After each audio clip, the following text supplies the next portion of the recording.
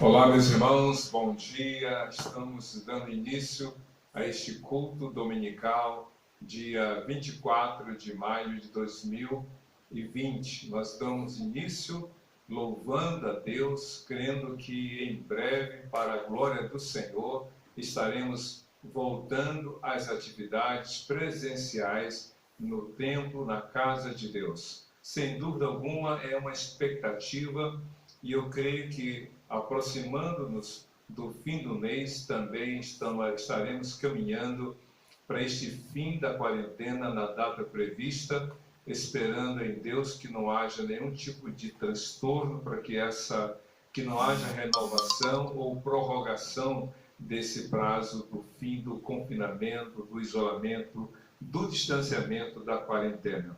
Enquanto isso não acontece, que é o retorno às reuniões no templo, na casa de Deus, a gente se mantém unido na obra do Senhor, com disposição, com vontade, e isso porque entendemos, como diz lá Atos capítulo 17, Deus não habita em templos construídos pelas mãos dos homens. Glória a Deus por isso. Deus não habita. Essa história de que Deus só se faz presente quando a igreja se reúne no templo é um equívoco. É valorizar o lugar e não a pessoa. É limitar o ato da adoração e do culto a um momento, a um lugar. E nós sabemos, como disse Jesus em João capítulo 4, Deus é Espírito e importa que aqueles que o adorem em espírito e em verdade. É interessante, só aqui dando esse início de culto, no Velho Testamento, a gente vê o templo construído por Salomão como lugar central de culto, louvor e adoração ao Senhor. Mas Deus permitiu que esse templo fosse destruído, porque segundo o livro de Jeremias, as pessoas estavam mais adorando ao templo do que o Senhor. E diante dessa inversão de funções e papéis, de atos, então Deus permitiu que o templo fosse destruído.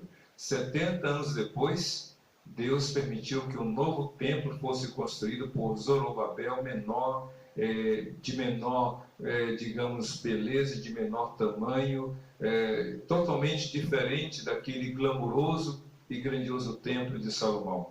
Mas Deus então permitiu que no ano 70 depois de Cristo, esse templo fosse destruído. Porque, diz a Bíblia, o novo templo no qual Deus habita é o seu, é o meu, é o nosso corpo, como Paulo falou, que o nosso corpo é templo do Espírito Santo. 1 Coríntios capítulo 3 e 1 Coríntios capítulo 6. Você e eu fomos tornados pela fé em Jesus, o nosso corpo, morada do Espírito Santo, templo do Espírito Santo, no qual este corpo Deus se faz presente. É por isso que nós, reunidos em qualquer lugar, nós podemos louvar e adorar o Senhor. Então vamos orar nesse momento, entregando a Deus este culto, para que nele Deus fale ao seu, ao meu, ao nosso coração, enquanto também temos a oportunidade de apresentar a Deus não só aquilo que é desejo nosso, mas também de receber do Senhor o que Ele quer para nós. Vamos orar? Feche seus olhos, curve sua cabeça, oremos ao Senhor. Senhor Deus, nosso Pai, nós te louvamos porque nesta manhã aqui nos reunimos como os teus servos espalhados por tantos lugares, ó Deus, e nós damos graças porque através das redes sociais a tua palavra tem alcançado lugares que antes eram inalcançáveis. A tua palavra tem chegado a corações tantos que não dá para nós dimensionarmos. Por isso, ó Deus, nós te louvamos por isso e entregamos em tuas mãos este culto, porque, ó Deus, não é o lugar que faz a diferença, mas são as pessoas naquele propósito de oferecer a Ti este culto de louvor e adoração ao Teu santo nome. Muito obrigado pela Tua bondade, pela Tua fidelidade, que Tu fales ao coração de cada um de nós nesta manhã. É isso que nós pedimos e já Te agradecemos, em nome de Jesus. Amém. Sem dúvida alguma, você já deve estar aí pensando nesse tema da mensagem. Aqui você pode olhar Romanos capítulo 8, versos 31 a 39. O tema da mensagem de hoje é que o amor de Deus realmente é maior. Em outras palavras, nada poderá nos separar do amor de Deus. Porque se nada pode nos separar, é porque esse amor é maior do que qualquer coisa. Então, prepare o seu coração, esteja aí atento, abra sua Bíblia, você já pode aí deixar a Bíblia aberta, ou então com um marcador aí para na hora certa você acessar esse texto, ou deixe seu smartphone ligado aí, seu celular ligado nesse texto. Hoje a gente tem a Bíblia de vários modos, de vários recursos, mas o mais importante é que essa palavra seja guardada no seu coração. Agora vamos ter um momento de intercessão. Esse momento em que a gente vai orar, esse momento em que a gente vai suplicar a Deus. E eu quero aqui pedir a você que nós juntos oremos pelo Brasil. O Brasil está sempre no foco, como alvo das atenções do mundo inteiro, porque aquilo que acontece no Brasil tem uma repercussão em outras nações. Porque Deus realmente tem muitos propósitos para o nosso povo brasileiro. Por isso temos que orar para que realmente Deus nos dê vitórias. E não só a nós, a nação brasileira, ou da nação brasileira, mas as outras nações, vitórias contra a Covid-19 ou contra o novo coronavírus. O novo coronavírus é o vírus que provoca a doença chamada Covid-19. Então vamos orar. Alguns técnicos da área da saúde, enfermeiros, outros profissionais como os médicos, os cirurgiões e tantos outros que trabalham nas unidades hospitalares e já estão cansados. Eu imagino, se nós que estamos há 2 meses, ou mais de 2 meses, nessa quarentena, cansados da rotina, cansados daquela atividade contínua, sem poder sair, sem poder se deslocar, sem alterar essa rotina, imagine aqueles que estão ali no front, socorrendo, e eu tenho lido relatos de irmãos e amigos em Cristo que têm testemunhado realmente os milagres de Deus na cura, no restabelecimento, no retorno à casa. A gente se alegra com eles, mas também a gente se entristece com aqueles familiares dos que partiram, que não suportaram, que não conseguiram reverter ou ter a reversão do quadro e foram ou tiveram suas vidas realmente ceifadas pela Covid-19. São pessoas enlutadas, são pessoas saudosas, são pessoas que estão chorando os seus mortos. Vamos orar por eles, mas vamos orar também por toda essa equipe da área da saúde que estão cansados. E às vezes o cansaço não é só físico, é um cansaço emocional, porque lutar pela vida diante da iminente morte não é fácil. Então vamos orar para que Deus renove as suas forças, para que Deus os proteja e também proteja os seus, porque quando alguém da área da saúde, ou que trabalha no hospital, seja qual for o setor, sai de casa, ele deixa os seus protegidos, mas ele vai para o front, para um lugar de exposição e retorna e precisa encontrar os seus bem saudáveis e ele também. Vamos orar. Feche seus olhos, cubra sua cabeça. E para nós orarmos, eu quero ler ou lembrar aquele texto de Tiago, capítulo 5, verso 16, que diz assim: porque a oração do justo pode muito em seu poder. Ou seja, a oração do justo é eficaz, mas por causa de Jesus. Vamos orar então. Cubra sua cabeça, feche seus olhos, oremos ao Senhor. Deus de amor, de graça e bondade, neste momento nós oramos. São tantos os pedidos, são tantas as razões pelas quais devemos orar. Oramos, ó Deus, pelo Brasil, por esta nação que está vivendo efeitos danosos dessa pandemia, nos seus 27 estados, no Distrito Federal. São poucos os lugares onde a Covid-19 ainda não chegou. Por isso oramos, tenha misericórdia de nós, que tu estejas abençoando os responsáveis, os gestores, para que tomem medidas e decisões de forma sábia.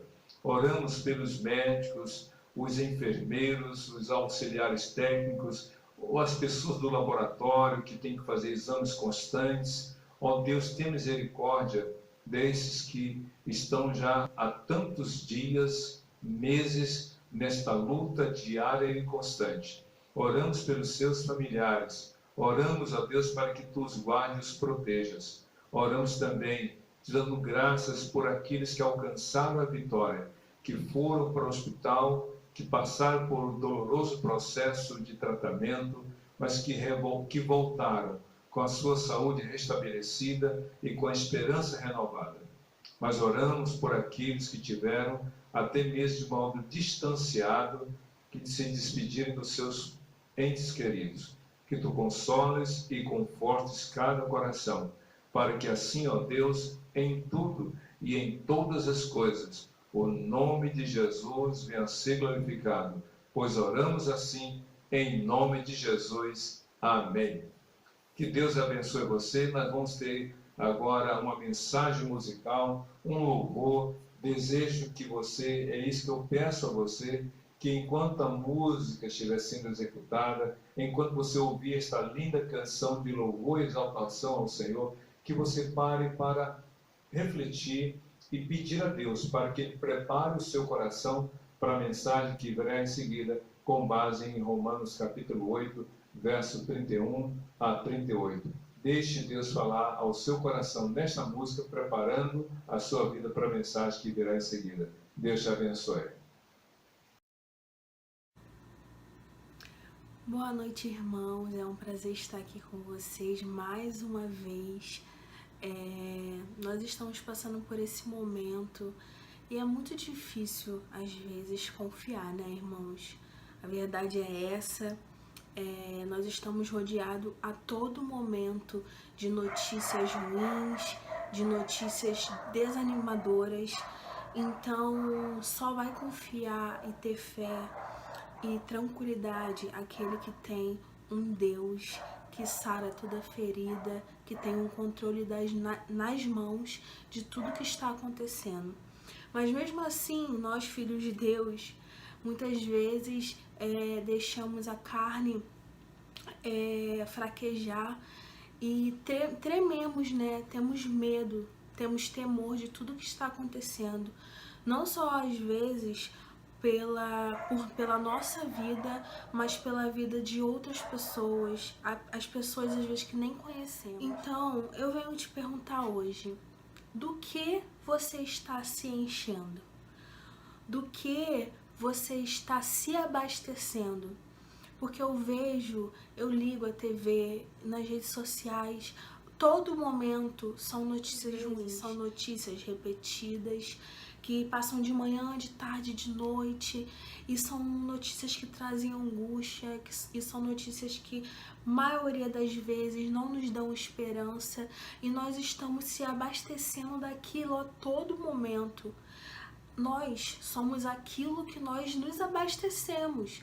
Se todo tempo nós estamos vendo desgraça, nós estamos vendo coisas que não nos dão esperança, é impossível nós termos fé e acreditarmos. Se a quantidade de coisas que nos dá fé, nos dá felicidade, que nos dá alegria, é muito menor do que aquilo que nos dá tristeza, arrepio, medo.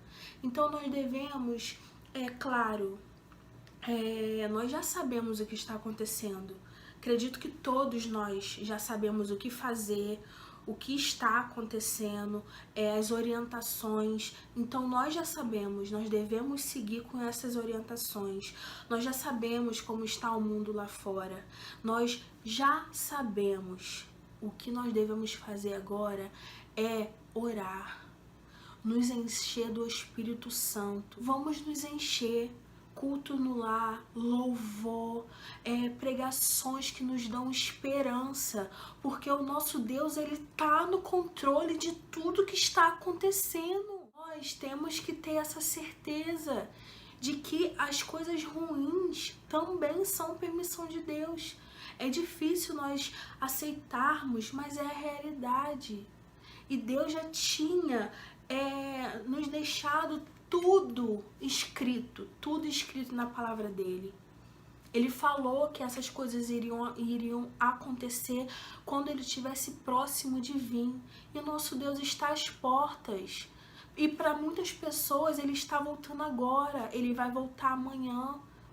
E tudo que está acontecendo, eu tenho absoluta certeza que Deus está fazendo mover no mundo inteiro. Deus está parando o mundo inteiro para os filhos dele. Não ficar prostrado vendo notícias ruins, mas ficar prostrado em oração, em falar a palavra dele, em tentar alcançar, seja por vídeo, seja por ligação, a tentar buscar as pessoas que ainda não o aceitaram. Porque essa situação mostra que sim, Deus existe. Porque ele falou que tudo isso iria acontecer. E eu tenho certeza que o nosso ministério, nossa vida com Deus, não só minha, não só sua, como do mundo inteiro, ela vai ser mudada com tudo que está acontecendo.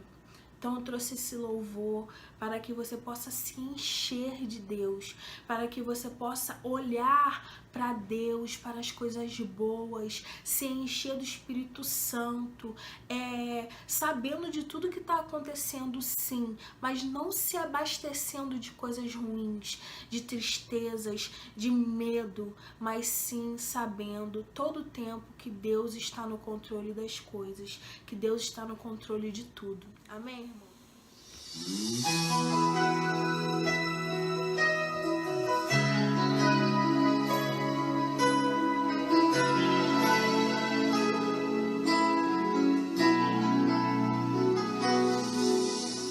Quero trazer à memória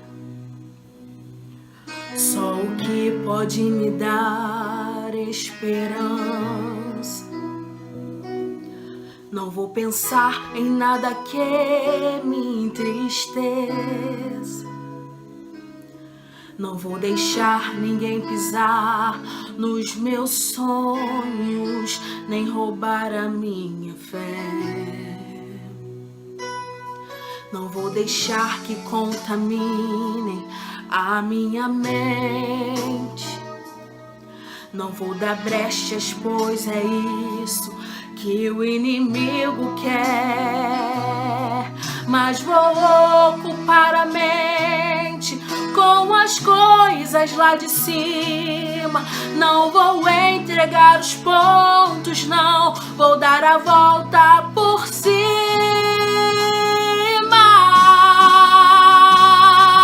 Se tentarem contra mim, se preparem, vão se arrepender. Eu sou de Cristo, sou imbatível, é claro que vou vencer. E se quiserem jogar pesado, com Deus vou prevalecer. Estou armado, fortalecido, edificado pela palavra de Deus. Eu tenho escudo, minha espada, a mais pesada Deus me deu. Estou orando e vigiando e descansando em Deus.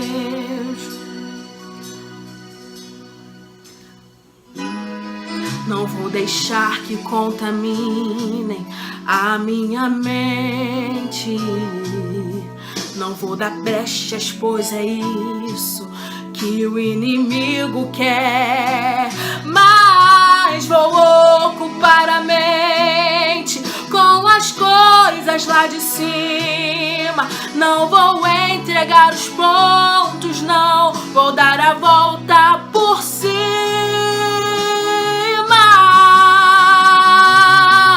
Se tentarem contra mim, se preparem, vão se arrepender. Só somos de Cristo, sou imbatível, é claro que vamos vencer. E se quiserem jogar pesado, com Deus vou prevalecer.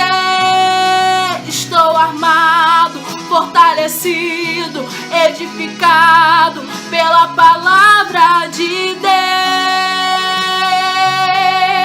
Eu tenho escudo, minha espada, a mais pesada Deus te deu. Estou orando e jejuando e descansando em Deus.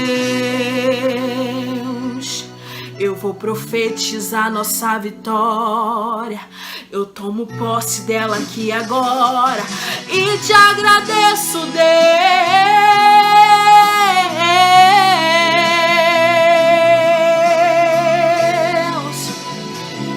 Eu sei que estás no controle.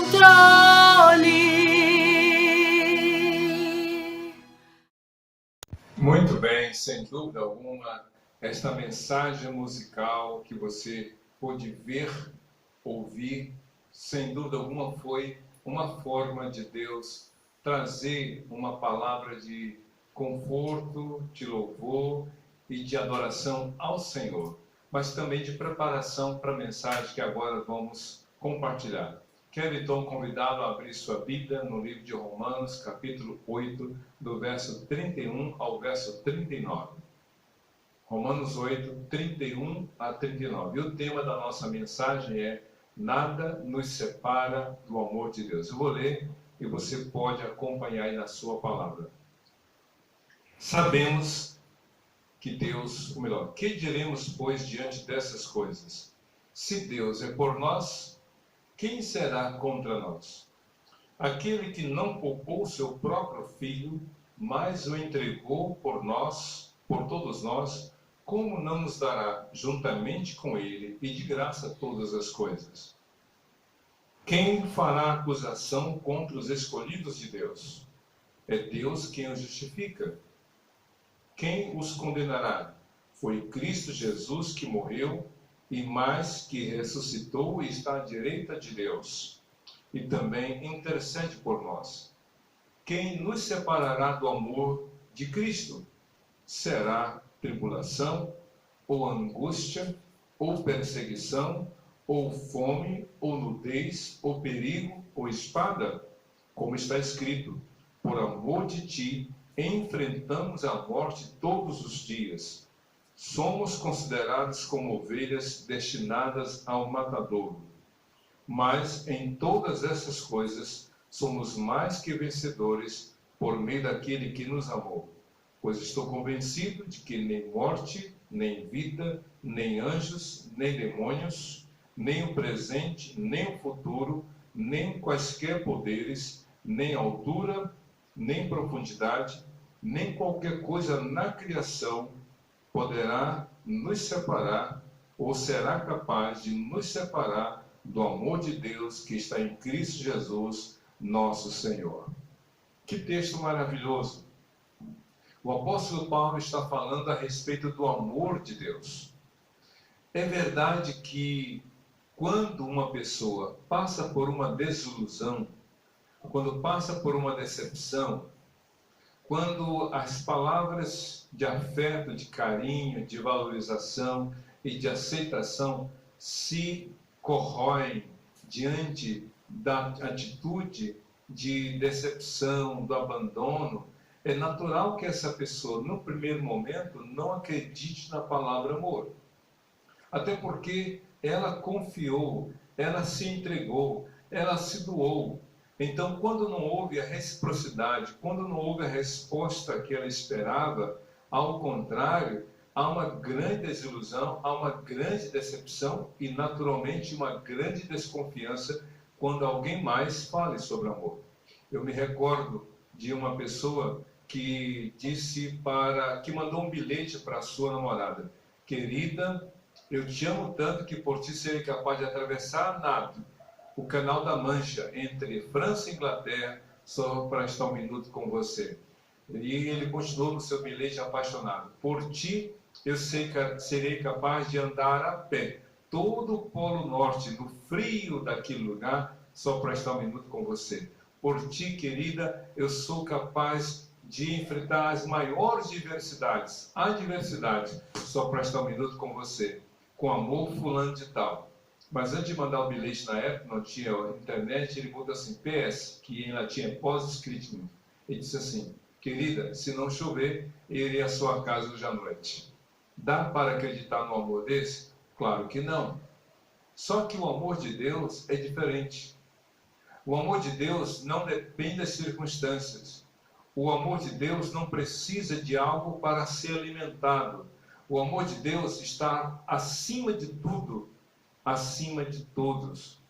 E esse amor é tão extraordinário que nós podemos dizer com toda certeza, ou repetir com toda certeza, de que nada nos separa do amor de Deus. Nada vai nos separar do amor de Deus. Você acredita nisso? Que nada é capaz, que Deus ama tanto você, esse amor é tão maravilhoso, é tão grandioso, que nada é capaz de separar você dele? É isso mesmo. Deus nos ama. Deixa eu dizer uma coisa para você. Quando duas pessoas que são amigas se separam, é porque alguma coisa aconteceu entre essas duas pessoas. Quando eu digo separar, não é se distanciar geograficamente, como agora no distanciamento social. Mas quando elas rompem um relacionamento, uma amizade, quando a amizade entre duas pessoas acaba, é porque aquilo que aconteceu foi maior do que o amor que havia entre aquelas duas pessoas. Quando uma sociedade, um negócio, uma empresa acaba e os sócios vão de um lado para o outro e visceralmente se opõem um ao outro, é porque alguma coisa foi maior do que o amor que havia entre eles. Quando um casal se separa, quando um homem deixa a mulher, quando a mulher deixa o homem, é porque alguma coisa aconteceu, foi maior do que o amor que havia sido antes declarado um para com o outro. Quando um irmão deixa de falar com o irmão, quando a irmã deixa de falar com a irmã e já não mais se comunicam, é porque algo que aconteceu foi maior do que o amor entre as duas. É isso que a Bíblia está dizendo. O amor do ser humano é um amor condicionado, é um amor que depende, que precisa ser alimentado, que precisa ser fortalecido diário e constantemente. O amor de Deus não. A Bíblia diz em 1 João capítulo 4 que Deus é amor.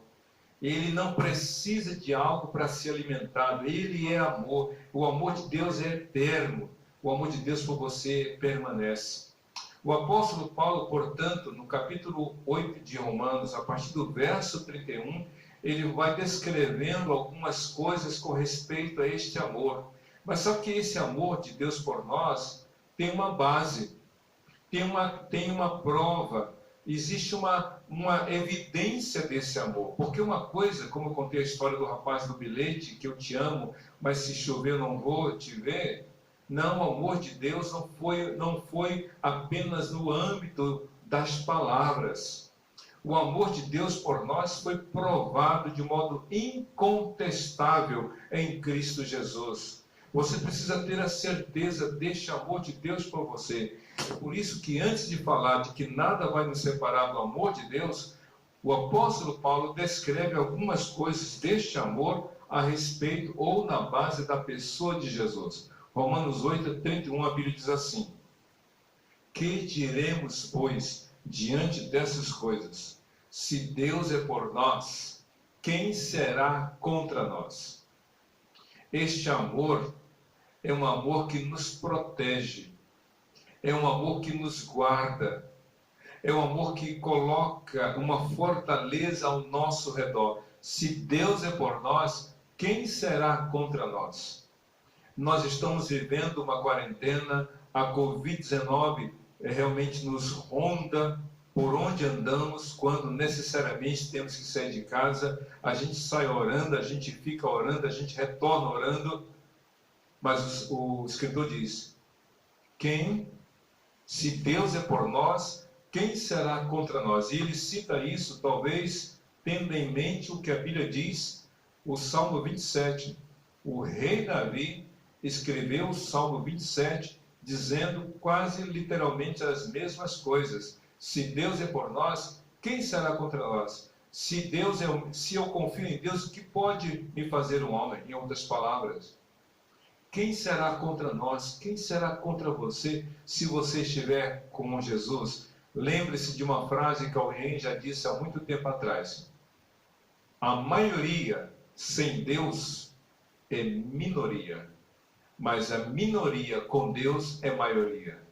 Lembra lá em 1 João capítulo 4? Maior é aquele que está em nós do que aquele que está no mundo, disse o apóstolo João. E o profeta Eliseu falou para o seu servo: mais são aqueles que estão conosco do que aqueles que estão com eles. Falando dos inimigos sírios que foram prender Eliseu. E o profeta, o servo de Eliseu, viu os soldados sírios, que eram dezenas de milhares. E ele só viu os soldados sírios. Mas quando o profeta Eliseu orou: Senhor, abre os olhos do meu servo. E aí, ele, com os olhos abertos, ele viu sobre as montanhas centenas, milhares e milhares anjos do Senhor para guardar o seu servo. Se Deus é por nós, quem será contra nós? E aí, então, ele descreve algumas coisas a partir do verso 32 de Romanos 8. Aquele que não poupou o seu próprio filho, mas o entregou por todos nós, não nos dará juntamente com ele e de graça todas as coisas. Que amor é esse? O amor de Deus por nós não é um amor poético. Não é um amor que apenas fica no campo das declarações verbais, mas é um amor que foi provado na pessoa de Jesus. Aquele que não poupou o seu próprio filho, mas antes o entregou por amor a nós, como não nos dará com ele todas as coisas? É claro que as palavras de Paulo aqui nos fazem lembrar de Gênesis capítulo 22. Em Gênesis capítulo 22 há uma narrativa muito importante ali. A Bíblia diz que Deus chegou para Abraão e disse: Abraão, Abraão. E ele disse: eis-me aqui, Senhor. Pega o teu filho, o teu único filho a quem tu amas, e oferece-o em sacrifício a mim. Se você então tiver uma ideia, deixe-me explicar. Sacrifício ali na linguagem hebraica é holocausto. E holocausto é uma expressão de um sacrifício onde a oferta é totalmente queimada. Só do altar saem apenas as cinzas. Então, no holocausto, o adorador pegava um cordeiro perfeito, colocava esse cordeiro sobre o altar, matava o cordeiro, e depois de morto o cordeiro, então as lenhas eram queimadas, ou acesas, melhor dizendo, e assim, com aquelas chamas, o cordeiro morto era totalmente queimado, saindo dali apenas, ou sendo tiradas apenas as cinzas. Deus falou assim para Abraão: pega o teu filho, vá a um lugar onde eu vou te mostrar, e ali você vai oferecer o teu filho como holocausto, como se faz com o cordeiro, que amarra as quatro patas, corta-se, mata-se o cordeiro, o sangue é derramado sobre o altar e ele é queimado. Você vai fazer isso com seu filho. Você faria, meu amigo? Eu não faria. Fico apavorado só em pensar. Mas a Bíblia diz que Abraão pegou seu filho, caminhou 3 dias de viagem, disse para os dois servos: fiquem aqui que eu vou adorar a Deus com o meu filho, depois voltaremos. Lá no meio do caminho, Isaac disse: pai, aqui está o fogo e aqui está a lenha, mas cadê o cordeiro para o sacrifício? Sabe o que Abraão disse? Meu filho, Deus proverá. Sabe o que Abraão estava dizendo, outras palavras? Se Deus quiser, você vai ser o cordeiro, mas se Deus quiser, você não vai ser o cordeiro, quem decide é Ele. E ele chegou no Monte Moriá, preparou o altar, e aí pegou seu filho, que ainda não entendendo, eu suponho, ele amarrou os pés do seu filho, amarrou as mãos do seu filho como se amarra um cordeiro pelas 4 patas, o deitou sobre aquele altar, e quando levantou a mão para matar o seu filho, para derramar o seu sangue, depois queimá-lo, naquele exato momento, antes dele descer o cutelo, a faca, o anjo disse: Abraão, Abraão, não faças nada contra o teu filho, porque agora sei que tu me temes, tu temes ao Senhor. Deus impediu de Abraão sacrificar o seu próprio filho. Lá no Monte Moriá, há 1800 anos antes de Cristo. E depois de 1800 anos daquele episódio lá no Monte Moriá, agora em Jerusalém, ou fora da cidade de Jerusalém, no Monte Gólgota, que em hebraico quer dizer Monte da Caveira, Deus colocou seu filho lá naquela cruz.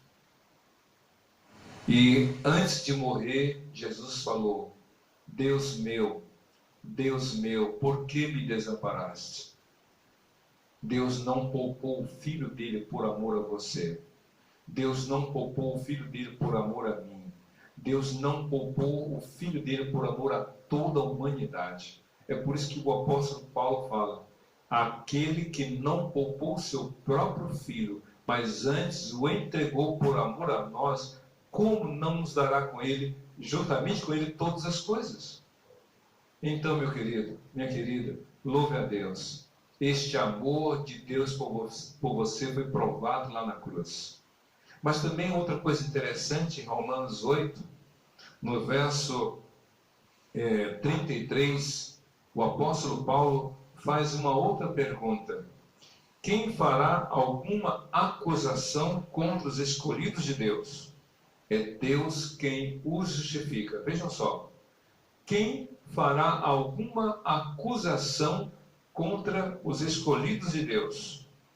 É Deus quem os justifica. Como assim? Você e eu somos pecadores.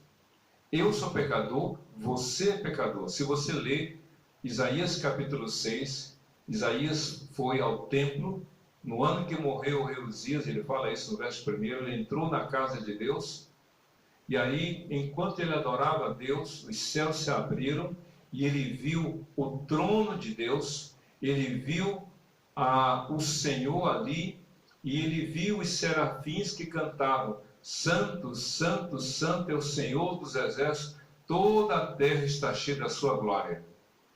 E aí Isaías diz que as bases do templo se tremeram, as bases do limiar então balançaram.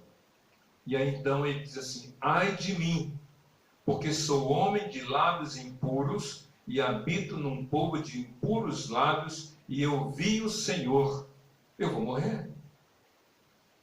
É isso que a Bíblia quer que você e eu façamos. Nós somos pecadores. Nós, muitas vezes, com esse dedo indicador, apontamos o erro dos outros. Você errou, você mentiu, você roubou, você isso, aquilo, outro.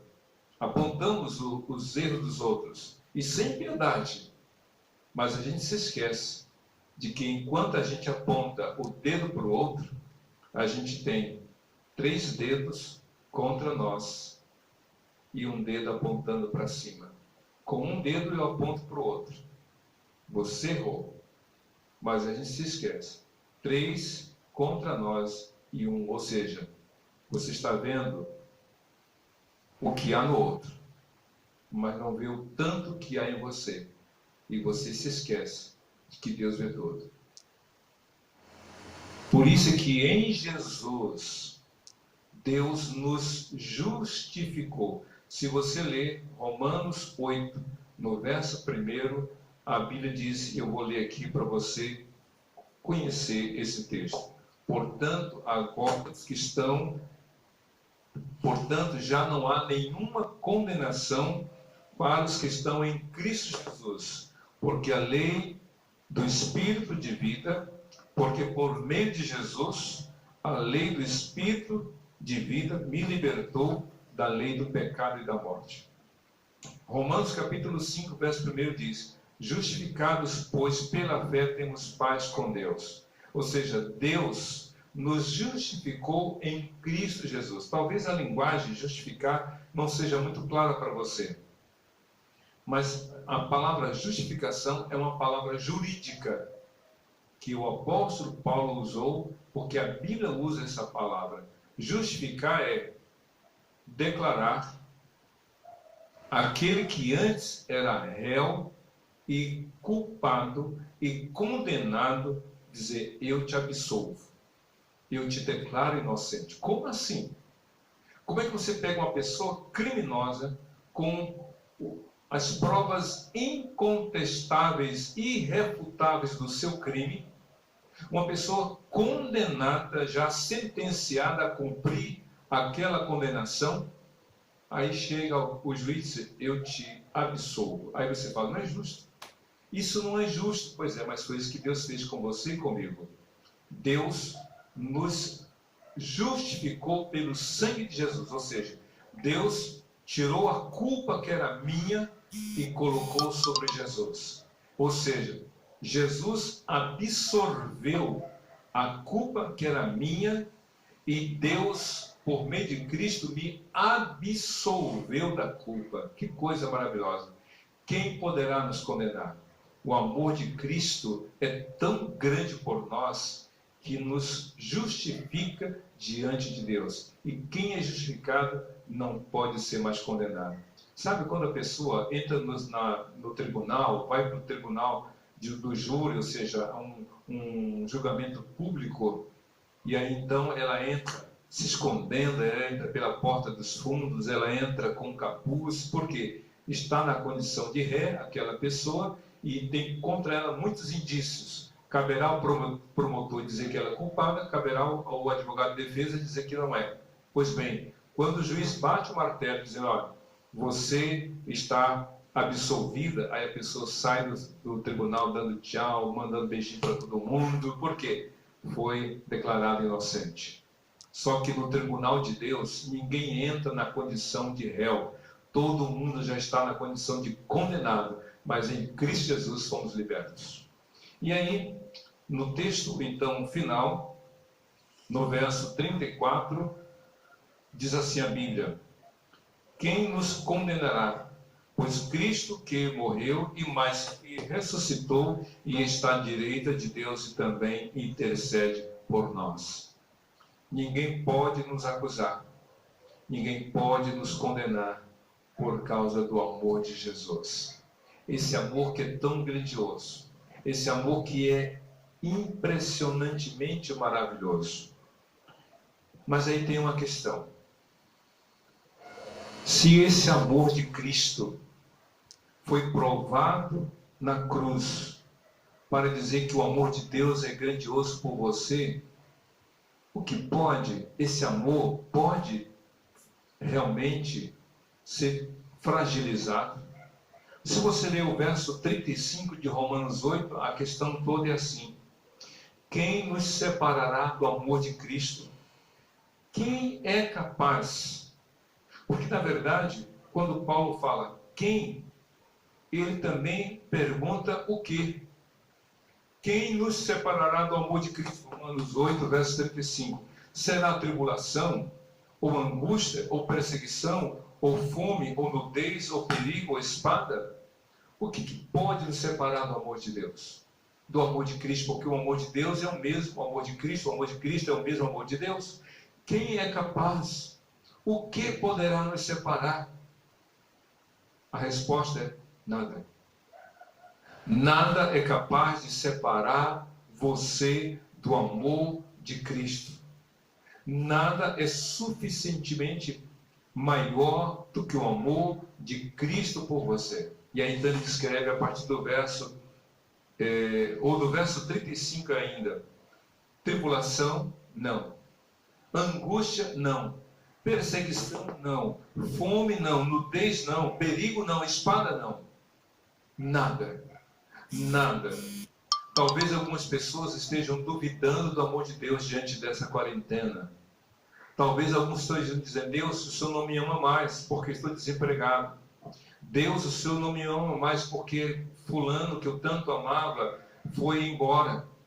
Deus, o Senhor não me ama mais porque fulano da minha família morreu. Meus amigos foram vitimados de modo fatal pela Covid-19. Senhor, o Senhor não me ama mais porque eu abro a geladeira e ela está vazia. Eu vejo o saldo da minha conta está no vermelho. Senhor, o Senhor não me ama mais porque a tua resposta às minhas orações não tem chegado. Davi, ou melhor, o apóstolo Paulo cita no verso 36 de Romanos 8 o que está escrito no Salmo 44. Por amor de ti enfrentamos a morte todos os dias. Fomos considerados como ovelhas destinadas ao matador. Deixa eu explicar esse texto. O teu amor é tão grande por nós que nos faz com que amemos a ti todos os dias. Tu nos amas de modo tão maravilhoso em Cristo Jesus, que por causa deste amor enfrentamos a morte todos os dias. Todos os dias temos oportunidade de provar do amor de Deus. Que coisa maravilhosa. Todos os dias. Hoje, dia 24 de maio de 2020, tem gente dizendo: Deus, não aguento mais esse ano. Se eu pudesse, eu riscaria este ano 2020 da minha vida. Porque é um ano perdido. Tem gente que diz: eu já perdi o período desse primeiro semestre, já perdi a chance de voltar ao trabalho, já perdi a saúde, já perdi. Então tem gente que diz: eu já perdi tudo, que eu não creio mais no amor de Deus. Mas o escritor Paulo disse: por amor de ti, ou seja, o nosso amor a ti, nos leva a enfrentar a morte todos os dias. Mas ainda que enfrentemos a morte, o teu amor por nós é maior. Eu sei que é difícil. Eu sei que está muito difícil para você dormir com expectativas e acordar sem esperança. Ou dormir com esperança e acordar sem perspectivas. Pois bem, Deus nunca vai deixar de amar você. Deus nunca vai permitir que algo seja maior do que o amor dele por você. Mas ele espera que você diga: Deus, não permita que o meu amor ao Senhor seja menor do que qualquer coisa que eu enfrente. Deus não vai permitir. Por isso que o apóstolo Paulo, então, nos 3 últimos versículos de Romanos 8, ele diz assim: mas em todas essas coisas somos mais do que vencedores por meio daquele que nos amou. Outra vez o amor. Somos mais do que vencedores. Eu sei que está difícil enfrentar as adversidades, mas o amor de Deus é maior por você. Ele vai te guardar, Ele vai te proteger, Ele vai te abençoar, à medida em que tu decidas permanecer no amor dele. É por essa razão que diz no verso 38 e 39 de Romanos 8.